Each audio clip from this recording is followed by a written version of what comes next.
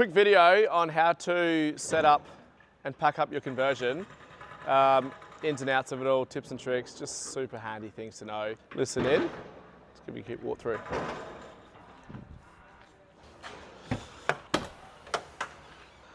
Under your latches, if you've got handles, obviously push off your handles. By the way, they're pretty handy if you've got a lot of weight on your roof, because this way is easy, but a bit difficult when you've got a full roof rack on there. So you push off the corner of the conversion just to get it up, and then left hand just gets underneath it, just pushes it up high like that. Obviously let it go and let it do its thing. Pull this elastic strap down, tuck it down the bottom, right down the bottom like that. Just lets the tent sit properly and your access doors open and close without rubbing on the canvas. So as you can see, we've got this main window open, side windows closed, just allows the air to come out when you're closing it up. Okay, access doors, push those up. The bed also goes up like this. Give it a little push and it'll go. Obviously you got your full space in here. When you want to pull your bed down, if you're tall enough to grab the top, sure, great. If not, just grab the side. These beds are super strong, super rigid, so you can pull it from just about anywhere to close it. Don't worry about it, you won't break it. Pull that down, jump up, close your access doors again.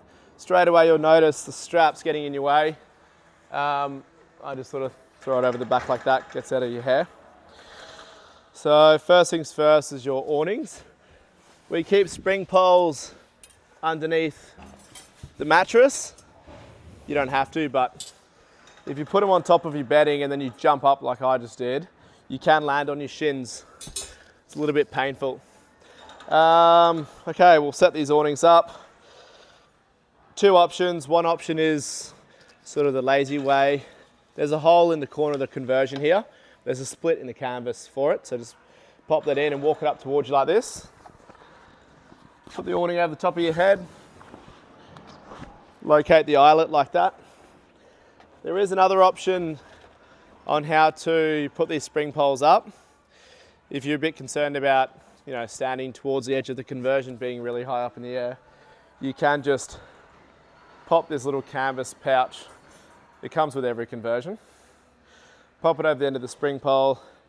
Keep the rope tight or strap tight like this. Pop it into the hole. Angle the sort of dog leg up towards you. That's there so when your 270 swings around, it doesn't interfere with it. And then you can stand back in your tent, see, and you can just pull it back towards you like this. Try and keep it at arm's length so you don't overbend the poles. And then just pop it into the eyelet, like that. We'll come around the side and I'll show you how to zip the side awnings on.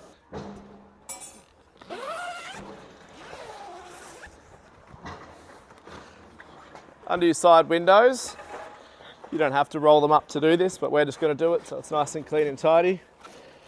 But just to get them out the way. Okay, so if you have ordered side awnings or you've just ordered the premium model, these obviously come with it. Zip it on about halfway. It'll come from us already zipped on because you can leave them attached when you close the conversion. And then pull down here, pop on that lower zip, and then finish the upper zip like that. Keep in mind, there's got to be outside the gas strut. Next to the gas strut mount on the lower frame is a hole where you just pop in the spring pole like that. It's quite simple. So again, these can stay attached to the main awning when you do close your conversion down. I'll show you in a second. So just a little tip with these side awnings, when you are putting them on and taking them off, unzip this main zip here, a couple of feet from the end or halfway, whatever. It just allows you to get the shorter zip started. So unzip it a bit and then pull on the spring pole like that and then zip this one up. The reason being, if that zip is fully zipped up, it's really difficult to get this smaller zip started. So it's a little trick with that. Again, pop your spring pole in, Flex it back and then just locate that eyelet like that. Again, it's just practice, you'll get there. When you roll up your windows, just while I'm here, roll them up angling towards the back of the car. So you're back here, I usually just sort of fold it in half because they're so big. Fold it in half, and then you're angling back towards that way. Reason for that is it puts the bulk of the canvas up this end, which is sort of, you want the bulk of the canvas up here, so when you open and close your bed, you haven't got a lot of canvas sitting here to get caught in between the bed. So the reason is, it's a bit of a trade-off. Like, you get a wider bed than anything on the market, but you just got to be a bit more conscious about how you roll your windows up. So keep that in mind. You can also just slip up the side a little bit, just to hold them a bit further in. Okay, so that's your windows. Your on and off light at the top, it's pretty self-explanatory. It's just touch, red, white, off. Red if you've got a premium or an upgrade. Fans, these are obviously a premium model upgrade as well. To turn them on and off, there's a little battery next to the plug. There's 3 main settings, soft, medium, or hard, and then there's also like an intermittent as well. So typically leave it on high, and then you can just rotate the fan to where you like it blowing, and then you can just unplug it if you like. There's a small battery inside the fan, lasts for about 3 or 4 hours on high. Typically I'll do that if I'm going to sleep. I don't want the fan on me all night long, but I want it just to cool me down. So I'll typically just turn the fan on high, leave it like that, unplug it, and then in the morning plug it back in again. So up to you how you want to run that. USB and USB-C outlet next to it. So depending on your charging, what you've got. You can run laptops off these as well, quite a high amperage. In terms of your organizer, it's pretty self-explanatory. You got pockets everywhere. That safety strap I used before to put the awning poles up, spring poles up. We just keep that in your organizer for you. Once you've sort of got the hang of it, you don't really need it, but it's just there for safety if you ever need it. With your access doors, if you take out your access door cushion, the door goes, like that's flush now, the door goes a lot higher. Just gives you more space to climb up and down if you are a larger person. So keep that in mind as well. Otherwise, they're quite comfy. Quick note to add, guys, when you're pulling your bed down from being up here, just gotta make sure you don't grab the canvas when the bed comes down.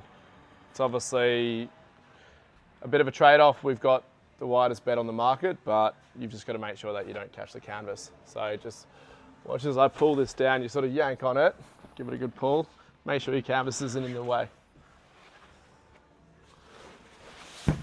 Practice makes perfect. Jump up, close down your access. All right, so pulling down your awnings, pop your spring poles out, obviously both sides. Undo the shorter zip first, undo the longer zip sort of halfway. If the spring pole's still in it, that's fine, just give it a bit of a pull and that just pops off. So you can leave these side awnings attached when you close up your conversion. Zip up the main window and then tuck this side awning into it. Just makes it a lot easier when you're pulling the roof down. These little Velcro pieces stitched to the tent, purely to hold that tab up and out the way when your window's zipped up. Because this, I don't know if you can see that one there, but this Velcro tab will get caught underneath your bed, and over the course of its life, it'll just pull on that stitch and eventually it'll tear it off. So that's what they're for. Try and use them. So we've pulled our side awnings in. We are now going to pull down our main awning, which is simple as that. Again, you can use the safety strap, which you can use to pull them up to also let them down if you're worried, but there's not much tension in these. Just let them slide down your hand like that. Pop them out. We're going to put these under our mattress. Just want to quickly show you, I don't know if you can see it down there, there's a couple of zips up here. The top zip is the big circumference zips. The lower zip is this awning. So if you're in WA and you've got wind every single day and you're just sick of your awning flapping around, you can just unzip it and take it off, fold it in half and pop it under your bed. So keep that in mind. I will just show you, we just pop these, you don't have to, but easy to put spring poles under mattress. Like that. And then, oh, that's the other thing as well, before you climb down, just grab that pull down strap, pull it down, so you're ready to close the tent. Maybe turn the light off as well. Make sure your fans are also folded flat against the ceiling. If you've got a high top mattress in your low top conversion, like the 110mm, the thick one, you've got to have your bedding down the middle. You can't have your bedding spread out, because don't forget, when you close the tent, all that canvas sits on the outside of the mattress. So if you've got heaps of bedding on the outside and toppers and stuff, you're limiting the space, the cavity space for it, especially because the roof's curved. So your largest point of cavity space is in the center of the roof. Keep that in mind. Also, canvas, when it's new like it is now, is quite stiff and almost crusty. So keep in mind where you put things, because the canvas is going to be quite bulky, where I just explained it sits. As the conversion ages, the canvas becomes nice and soft and malleable, folds away, it's super simple. If you are running that thicker mattress, you can just take these out and put your pillows on these access doors. Can make it a bit easier. Okay, also probably worth noting, the front of the roof angles down on the Troopy, as you know, the bed goes straight. So that front section of the roof has limited space. So don't go putting your pillows up that end, like, you know, fully made bed. Putting pillows up that end on top of a blanket is just going to put a lot of pressure on the front of the roof. So you're better off just having your pillows up this end, or just down the center on top of your blanket. So just be conscious of where stuff sits. So I'm now outside the conversion. Throw your elastic strap up and then pop the pull down strap underneath it, and then just pull it down. As you can see, I probably should note as well, as you can see, I've got this front window completely open. It allows all the air to come out. Because the conversion goes so high, there is a large pocket of air that's got to escape. So pull it down till it sort of just sits there by itself. We call it the equilibrium point. The conversion will just sit there. Pop your strap in, get that out of your way first. Grab a hand, hold on to it. Tuck in its side of canvas, pull it down. Swap hands, go to the other side. Tuck in the canvas, pull it down a bit more. Double check the other side. And away you go.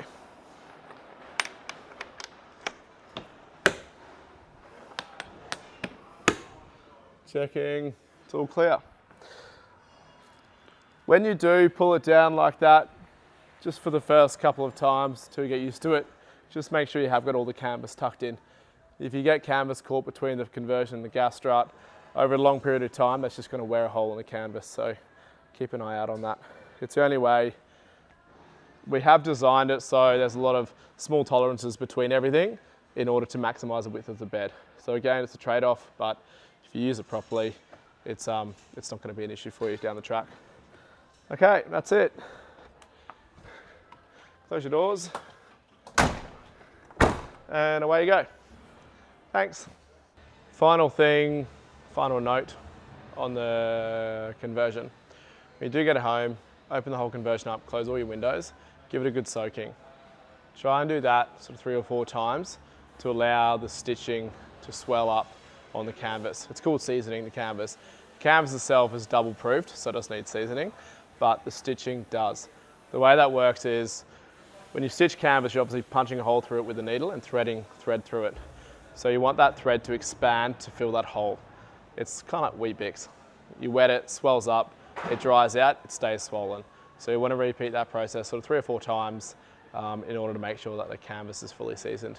But it's quite a simple thing to do, but just see if you can get that done before you go camping. Cool, thanks.